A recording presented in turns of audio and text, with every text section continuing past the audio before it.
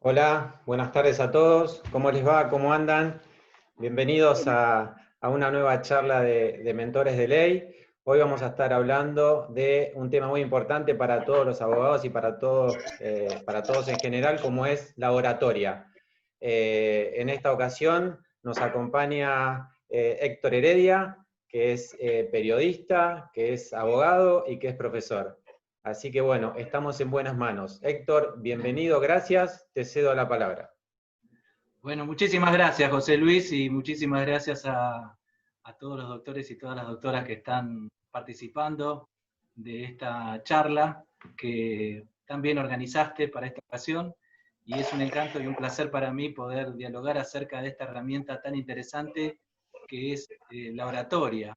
En esta charla lo que vamos a tratar de conseguir es conocer las reglas y las herramientas fundamentales que tiene la oratoria para poder aplicarlas en líneas generales. Claro que en este caso, al ser una charla en la que todos son abogados y abogadas los que están participando de esta charla, vamos a dirigirla un poco más a lo que es nuestra profesión. Pero lo cierto es que la oratoria, cuando yo escuchaba y era chico acerca de este tema, pensaba siempre en los grandes pensadores griegos que aplicaban con tanta eficacia el dominio de la oratoria y que lograban todos sus objetivos a través de la oratoria, ¿no? La transmisión de conocimiento, la transmisión de ideas, la transmisión de pensamientos, la persuasión y todo lo que puede conllevar el buen ejercicio de la oratoria. Y piensen que han pasado tantos años, y pese a que han pasado tantos años, la oratoria sigue teniendo la misma eficacia que en ese entonces. Es sumamente importante. Y en esta era en la que predomina la tecnología, porque vivimos una era netamente tecnológica y una era netamente audiovisual, sigue siendo de gran importancia la comunicación. Y dentro de la comunicación, lo que significa la oratoria. La comunicación vale desde que nos levantamos hasta que nos vamos a dormir, y como yo siempre digo, aún cuando dormimos también nos comunicamos, porque transmitimos tensiones o calma cuando descansamos. Pero lo cierto es que la oratoria significa una herramienta que nos coloca cerca del otro y nos permite conocer todos sus secretos en su aplicación, y además nos permite fundamentalmente acercarnos al otro y lograr determinados objetivos, como son, por ejemplo, el objetivo de persuadir, el objetivo de convencer, el objetivo de atraer, el objetivo de seducir también, que es tan importante en todas las profesiones, en todos los roles que cumplimos a lo largo de la sociedad. Cuando uno habla de oratoria, como les decía hace instantes, estamos hablando de lograr esos objetivos, el de la persuasión, que tanto tiene que ver con nuestra profesión, porque nuestra profesión trabaja mucho sobre el efecto de la persuasión, sobre todo la persuasión tanto en la convicción, en lograr la convicción de un juez, como en lograr atraer a un cliente también. La convicción, decíamos recién, ahí, le voy a pedir a una de las personas que tiene el micrófono abierto si, por favor, lo podría, porque se está escuchando un ruido. Les decía entonces que naturalmente cuando nosotros hacemos el ejercicio de la oratoria, uno de los problemas más importantes que tenemos que afrontar es el miedo. El miedo es un sentimiento que todos tenemos. Y ese miedo no solamente aparece cuando tenemos que hablar ante muchísimas personas, sino que pueden ser tal vez 3 o 4 personas y ya estamos asustados por la situación que debemos afrontar, la situación de tener que hablar ante los demás. Sobre todo ese miedo aflora con muchísima fuerza cuando se trata de personas desconocidas. Es allí cuando el miedo aflora con muchísimo más esplendor. Pero quiero decirles que no hay que asustarse por eso, porque en realidad todas las personas sienten miedo a la hora de hablar, incluso aquellas personas que están acostumbradas al ejercicio de la oratoria, ya sea por sus trabajos o por sus funciones, también sienten miedo a la hora de ejercer la oratoria. ¿Y a qué se debe ese miedo? Se debe ese miedo a múltiples factores. Uno de esos miedos tiene que ver con que cada vez que una persona tiene la posibilidad de estar expuesta a la mirada y a la evaluación del otro, obviamente que se pone tensa y se pone nerviosa, y sobre todo cuando esa evaluación es de parte de personas que no conoce, que nunca ha visto, y que tiene que afrontar una charla sin saber concretamente, muchas veces, quiénes son los que lo están escuchando, quiénes son las personas que están participando de ese encuentro en el que él está hablando. El miedo, les decía entonces, es natural a todos. Por eso, si alguno o alguna de ustedes siente miedo, sepan que es absolutamente natural, que no es algo patológico, es algo que se percibe naturalmente en cualquier situación en la que uno siente que va a ser evaluado o que va a ser juzgado, y lógicamente eso aparece, pero lo más importante de todo eso no es que no esté presente, sino que lo más importante es que consigamos dominarlo a ese miedo. El miedo va a estar, pero lo más importante es que logremos el dominio de ese miedo, para que ese miedo no se transforme en un sentimiento que nos lleve a un terreno paralizante, en el que no sepamos concretamente qué hacer ante esta situación en la que sentimos miedo, y concretamente no sé cómo reaccionar, cómo obrar en esa circunstancia.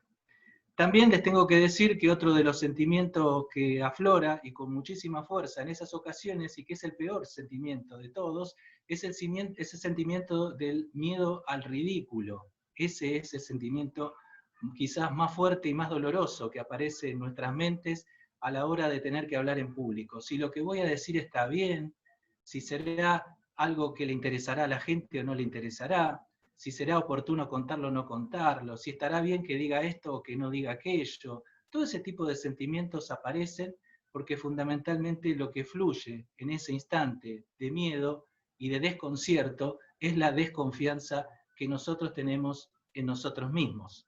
Esa desconfianza que muchas veces arrastramos por distintas circunstancias, o que tiene que ver a veces con una falta de autoestima, o que tiene que ver a veces con la timidez, y que de algún modo obra en nosotros casi de una manera decisiva para impedirnos desarrollarnos de la mejor manera posible en ese acto de oratoria que tenemos que realizar. Particularmente les cuento que en mi caso, y cada vez que lo digo, muchos se sorprenden o muchos me dicen que en realidad no les estoy diciendo la verdad, pero les puedo asegurar que en mi caso yo era absolutamente tímido, absolutamente vergonzoso, incapaz de poder hablar ante dos personas, absolutamente tímido y absolutamente vergonzoso. A veces cuando lo digo me dicen, no, eso no es posible, no puede ser que eso sea posible porque te hemos visto trabajando en la televisión y durante muchos años y con transmisiones en vivo, y eso no es posible y no nos estás diciendo la verdad, pero esa es la verdad. Realmente era muy, muy tímido. La timidez es verdaderamente un factor que paraliza en este tipo de actividades que realizamos, las actividades de comunicación y las actividades de oratoria, y en esa época para superarlo realmente tuve que hacerlo prácticamente solo, porque era, si no lo solucionaba solo, iba a sucumbir en mi interés en ser periodista y en ser abogado, y luego ejercer la docencia, es decir, que eran tres áreas que iban a ser bastante difíciles si no lograba superar la timidez. Pero afortunadamente la pude superar, y eso que era una timidez casi, casi patológica, les digo, porque era realmente una persona muy, pero muy vergonzosa, y con esto quiero transmitirles que la oratoria es una herramienta que se va adquiriendo con el tiempo, no es algo que las personas nacen con el poder y la capacidad para poder hablar en público en cualquier lugar y en cualquier ámbito, y lo hacen con suma naturalidad y sin mayor esfuerzo. La realidad es que esto se va adquiriendo con el tiempo. El tiempo y la práctica permanente, asidua, nos permite ir tomando todo el conocimiento necesario como para poder desarrollar eficazmente esta técnica de oratoria. Lo digo porque muchas veces hay quienes creen que esto es una capacidad innata, y la realidad es que no se trata de una capacidad innata, sino que se trae de una capacidad que se adquiere con el trabajo permanente y con el esfuerzo diario de realizar ejercicios de manera constante que permiten justamente ir adquiriendo esa gimnasia que nos permite hablar con mucha más facilidad y desenvolvernos sin temor a tener vergüenza o sin temor a tener miedos de nosotros mismos o sin temor al ridículo, que era justamente algo que estábamos hablando al principio de esta charla. ¿Por qué afloran los miedos? Y los miedos afloran por todo lo que dijimos, pero hay maneras de contrarrestar estos miedos que nos aparecen antes de hablar en público. Reitero, no es un tema que aparezca únicamente cuando nos toca una audiencia de 50, 60, 80 o 100 personas, sino que es algo que puede suceder incluso ante 2 o 3 personas. Hay gente que tiene vergüenza ante 2 o 3 personas. Es decir, que no es una cuestión cuantitativa, sino que es una cuestión en la que nosotros mismos tenemos que vencer y derrotar a algo que nos está incomodando en un momento determinado y que no nos ayuda justamente a nuestro mejor desarrollo profesional. Es por eso que es muy importante, pero muy importante, que antes de hablar respecto de un tema en el que vamos a ejercer una oratoria en particular, sea en el ámbito que sea, porque sé que aquí hay muchos profesionales que se desenvuelven en el derecho y hay muchos profesionales que se desenvuelven en otros ámbitos que también tienen que ver con la comunicación pública, por decirlo de alguna manera, porque es la comunicación ante alumnos, ante estudiantes, y es otro tipo de comunicación también medio similar en ese aspecto, pero lo más importante es tratar de elaborar antes, previamente, lo que quiero decir de una manera concienzuda. Y cuando digo de una manera concienzuda me estoy refiriendo más específicamente a que tengo que elaborar lo que voy a decir de una manera trabajada. No puedo ir a un acto de oratoria de una forma absolutamente improvisada. En realidad son muy pocas personas en el mundo las que pueden ir a un acto de oratoria absolutamente improvisados y poder salir airosos de esa situación tan particular. En este caso, tengo que preparar lo que voy a decir.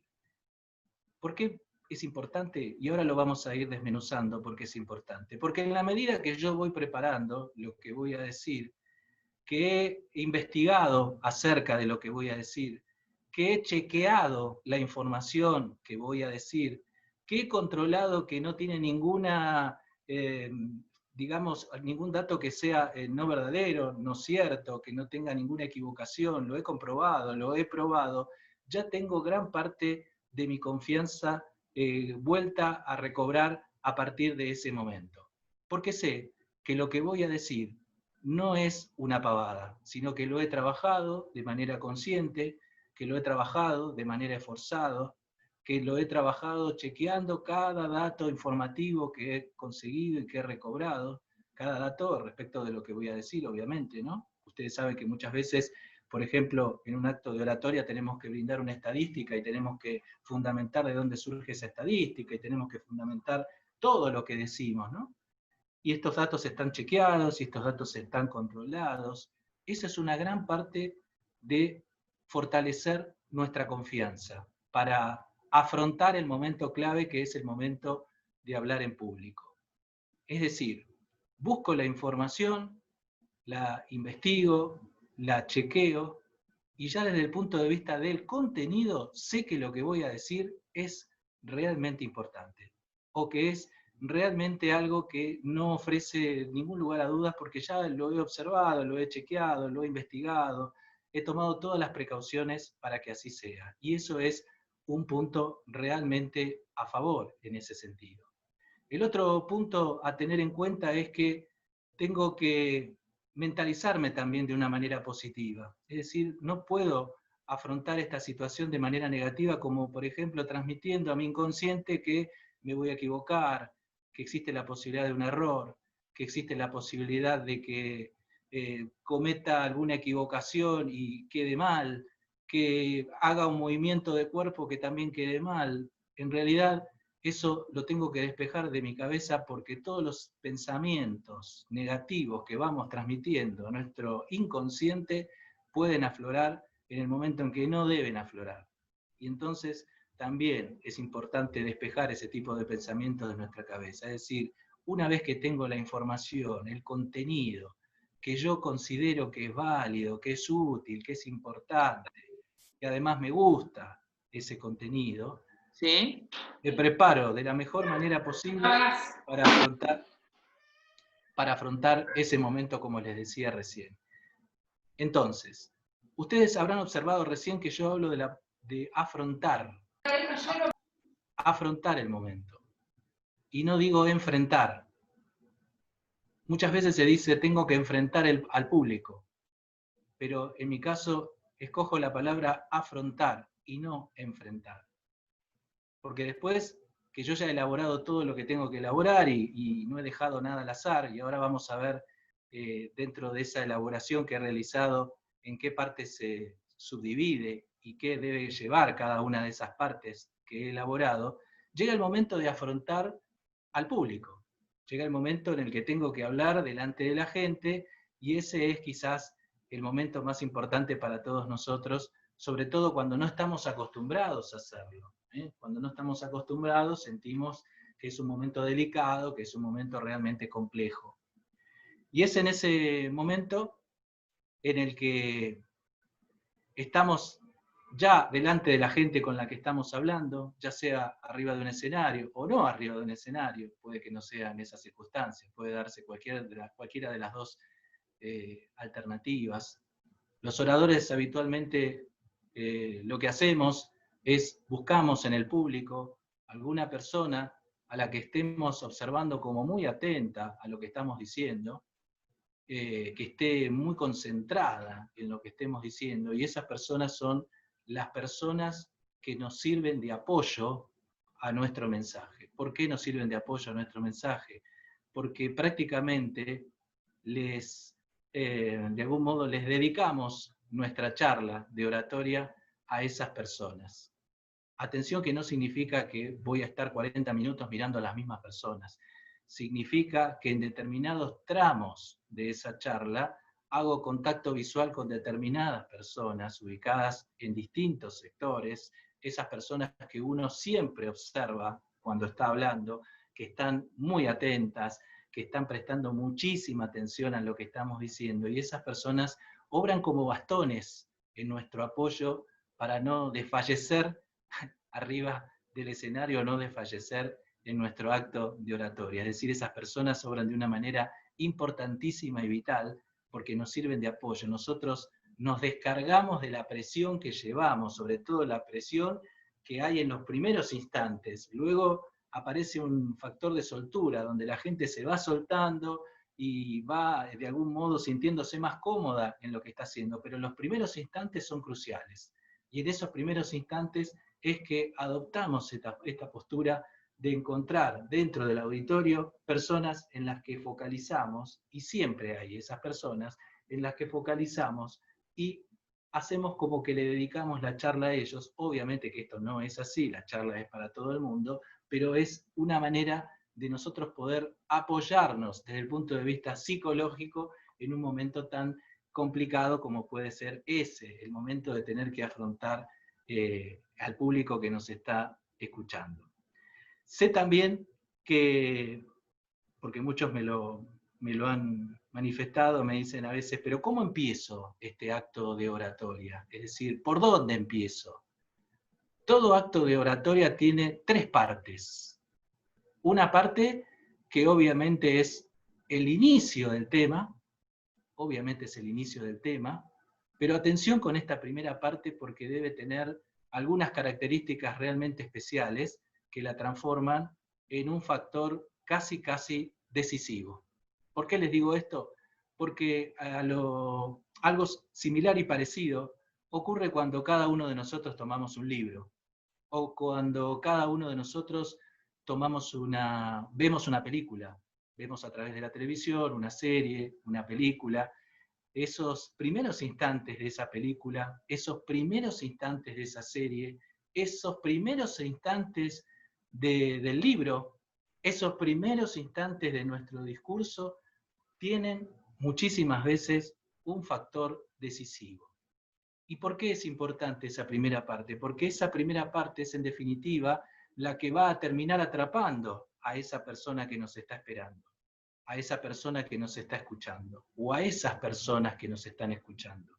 Esa primera parte tiene que tener el condimento de ser algo que le haga entender a esa persona que nos está viendo, que nos está escuchando, que lo que va a escuchar y lo que va a ver es realmente importante para él o para ella, que es realmente importante para su vida, que es realmente importante, por ejemplo, para su desenvolvimiento profesional. Obviamente que ubicamos este tipo de inicio al ámbito en el que nos estamos manejando, ¿no? En este caso, supongamos que estamos manejándonos en un ámbito como el nuestro, que tiene varias aristas también en cuanto a la comunicación, y lo manejamos de esa manera, haciéndole saber al otro por qué te tiene que escuchar, por qué se tiene que quedar, por qué tiene que permanecer los minutos que vas a hablar para escucharte y saber de qué se trata lo que vas a decir. Esos primeros instantes, créanme que son decisivos, son importantísimos. Esos primeros instantes son los que terminan siendo el gancho, por llamarlo de alguna manera, para que esa persona se quede con nosotros y permanezca con nosotros. Luego hay una segunda parte que tiene que ver con el desarrollo del tema. Fíjense que cuando nosotros empezamos esta charla, les conté acerca de por qué es importante el dominio de la herramienta de la oratoria, y ahora estamos en una etapa que, si la tuviéramos que trasladar a lo que estoy contando, estamos en la etapa del desarrollo. Estamos explicando por qué y cómo y qué debemos hacer con esta herramienta en el momento en que la poseemos y en el momento en que la tenemos. Viene la etapa del desarrollo, y esa etapa del desarrollo es la etapa justamente en la que voy a ampliar esa información que di en forma inicial. Esa información que di en forma inicial la voy a ampliar, es decir, que voy a dar los detalles de esa información que comenté al principio. Al principio de esta charla yo les dije que íbamos a hablar sobre oratoria, por qué era útil y para qué servía, íbamos a conocer los secretos de esta herramienta, y ahora estamos comenzando justamente en esa segunda etapa de desarrollo a desenvolver justamente cuáles son las herramientas que contiene a la oratoria. El desarrollo es la segunda parte de nuestro trabajo como oradores. En esa segunda parte, reitero, ampliamos lo que habíamos anunciado, y lo hacemos con detalles. Lo hacemos de una manera clara, simple y objetiva. Y aquí también me voy a detener un instante, porque es muy importante detenernos aquí un instante. Cuando hablamos de simpleza, muchas veces en determinados ámbitos se confunde la simpleza con la vulgaridad. Y la vulgaridad y la simpleza son dos aspectos totalmente distintos. Digo esto porque muchas veces, en el afán de generar el sentimiento de empatía, que es tan importante en el proceso de la comunicación, en ese afán por conseguir empatía muchas veces se apela a vulgaridades. Y las vulgaridades, en definitiva, no son parte de una buena oratoria. Ser simple no significa nunca ser vulgar. Jamás ser simple significa ser vulgar. Hoy, cuando nosotros prendemos la televisión y vemos un comunicador, algunos muy renombrados y muy conocidos, verdaderamente a mí me sorprende la cantidad de apelaciones vulgares que hay permanentemente en el discurso. Un discurso absolutamente vulgar, constantemente vulgar, que da por sentado que a todo el mundo, es decir, todos los que te están mirando, todos los que te están viendo, están contentísimos por escuchar ese tipo de lenguaje. Y la simpleza pasa por otro lado, por utilizar palabras, como su definición lo dice, realmente entendibles, claras, que no se presten a ningún lugar a dudas, pero de ningún modo que apele a la vulgaridad. La vulgaridad no forma parte de una buena oratoria, jamás. Yo mencionaba esto de los medios de comunicación porque miro realmente sorprendido lo que sucede todos los días en cuanto a que veo comunicadores que apelan constantemente a términos vulgares, en el afán de generar empatía. Y así no es la vía para generar empatía. La verdad que esa no es la vía para generar empatía. La vía para generar empatía es el respeto al otro, es la moderación en nuestro discurso, que nuestro discurso sea cuidadoso, porque las palabras que tenemos que elegir justamente para nuestro discurso deben ser elegidas cuidadosamente. Tenemos que tener en cuenta ciertos principios elementales del discurso, que nuestras palabras, justamente al tener el rótulo de moderadas, no afecten a ninguna persona, ni por su condición social, ni por su condición económica, ni por su condición sexual, ni por su condición política, ni por su condición étnica. De ninguna manera debemos afectar a alguien con nuestro discurso. Por eso nuestro discurso tiene que ser objetivo y neutro. Es decir, sin apelar a expresiones que pretendan por ahí ser humorísticas o pretendan ser graciosas en medio de un acto de oratoria y terminen siendo realmente contraproducente con la eficacia de nuestro mensaje. Ustedes saben que es muy complicado a veces el uso del humor en los actos de oratoria. Se utiliza el humor en realidad, y está muy bueno utilizarlo. Lo que sucede es que la utilización del humor en la oratoria tiene que ser muy cuidadoso, porque está en un límite muy fino entre ser realmente oportuno y estar bien ubicado, la humorada o el chiste, porque es una manera también de matizar cualquier acto de oratoria. Depende obviamente en el ámbito en el que estemos, ¿no? Obviamente que tenemos que ubicarnos en el ámbito en el que estemos, no está para hacerle un chiste a un juez, por ejemplo, pero depende en el ámbito en el que estemos, tenemos que ubicarnos en ese sentido, a qué nos estamos refiriendo, porque estamos hablando en cualquiera de nuestro ejercicio de desenvolvimiento profesional. Y tiene que ser muy bien ubicado, si no es una herramienta muy peligrosa, hay que saberla usar muy bien, porque hay veces que hay personas que apelan a esa herramienta, al humor, y terminan equivocándose realmente de manera grosera.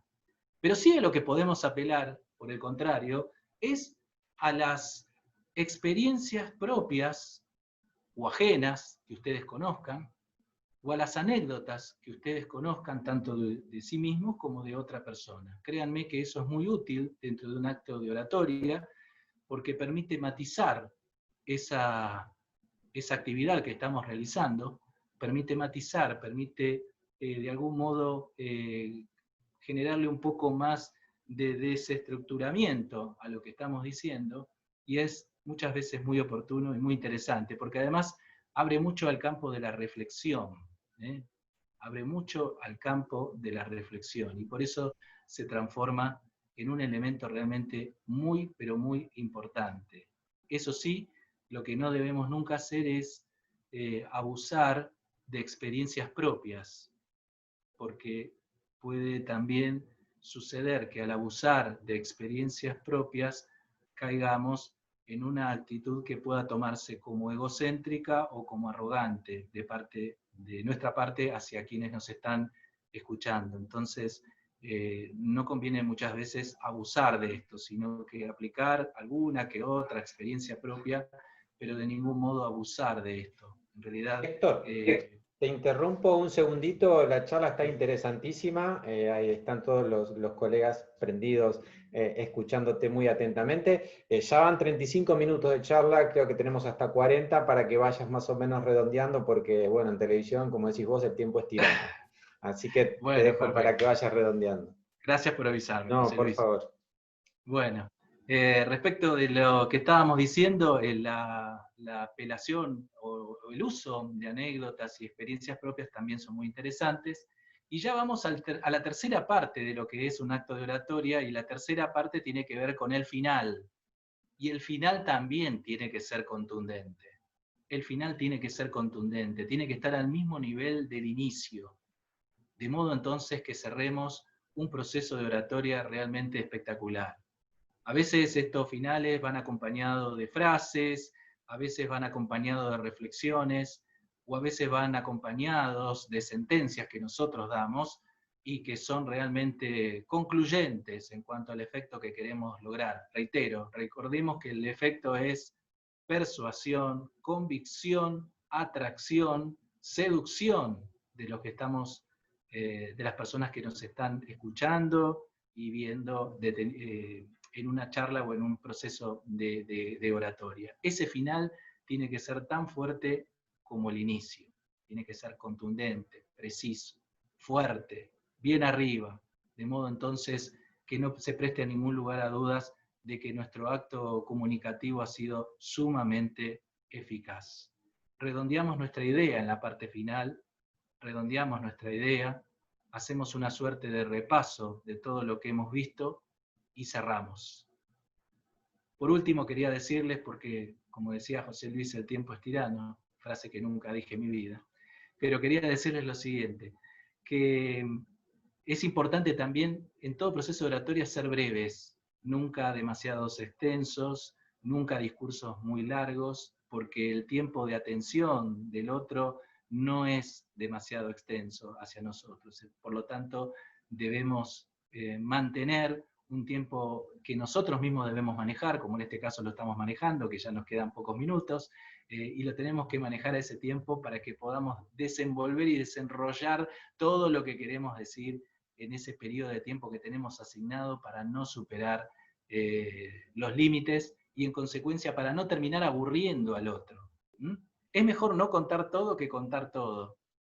Es mejor siempre dejar con las ganas de algo más a quien nos está escuchando que contar absolutamente todo y terminar aburriendo.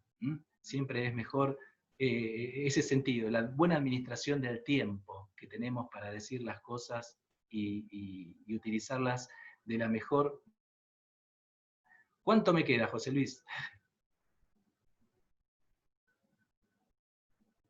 Nos quedarán 3 minutitos, 4 minutitos. Los Bien. mensajes que estoy leyendo de los colegas es que, bueno, que quieren una segunda charla, que te agradecen, que te felicitan, que muy claro todo lo que estás contando, y bueno, y que se están quedando con las ganas. Así que, no sé, te comprometo delante de todos los colegas que hagamos más adelante una segunda charla, porque, bueno, se ve que el tema les ha gustado y eso es bueno. Bueno, muchísimas gracias a todos.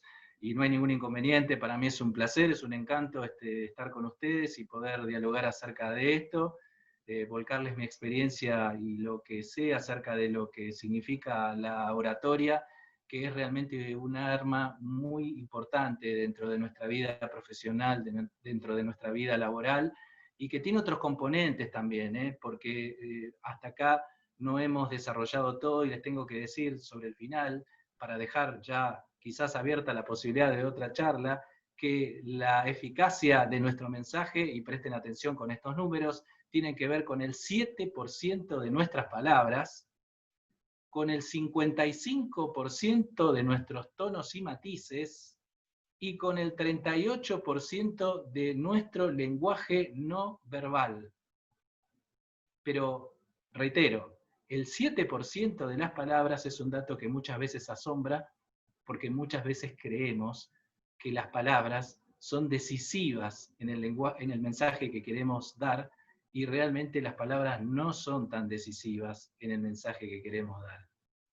Ese uso de la palabra en realidad tiene una importancia mucho menor de lo que creemos. Y es mucho más importante no solo lo que decimos, sino lo más importante es cómo lo decimos.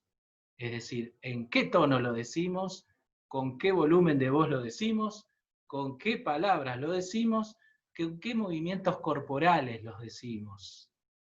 Y con el uso de nuestras manos y de nuestros ojos, que son de vital importancia en el proceso de comunicación. ¿Saben por qué? Porque la comunicación es un acto netamente emotivo. Somos seres emocionales y a todos nos entran los mensajes por la emoción.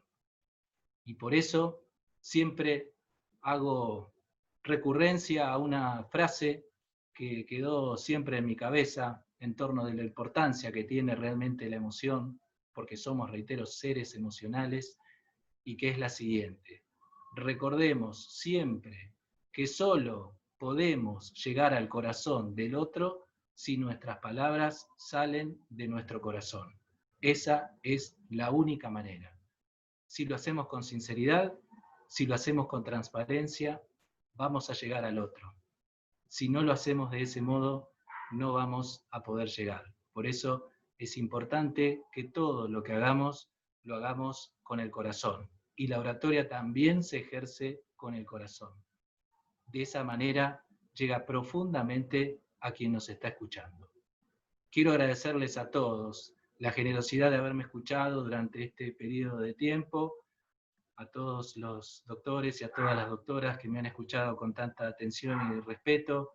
Les agradezco muchísimo, espero que haya sido útil esta charla que hemos mantenido, aunque hablé yo solo, en realidad no he oído ninguna charla, ha sido un monólogo, pero quiero agradecerles igualmente la atención dispensada a esta posibilidad de ponerme en contacto con ustedes. Para mí siempre es muy grato poder hablar de un tema, de uno de los temas que tanto me apasiona.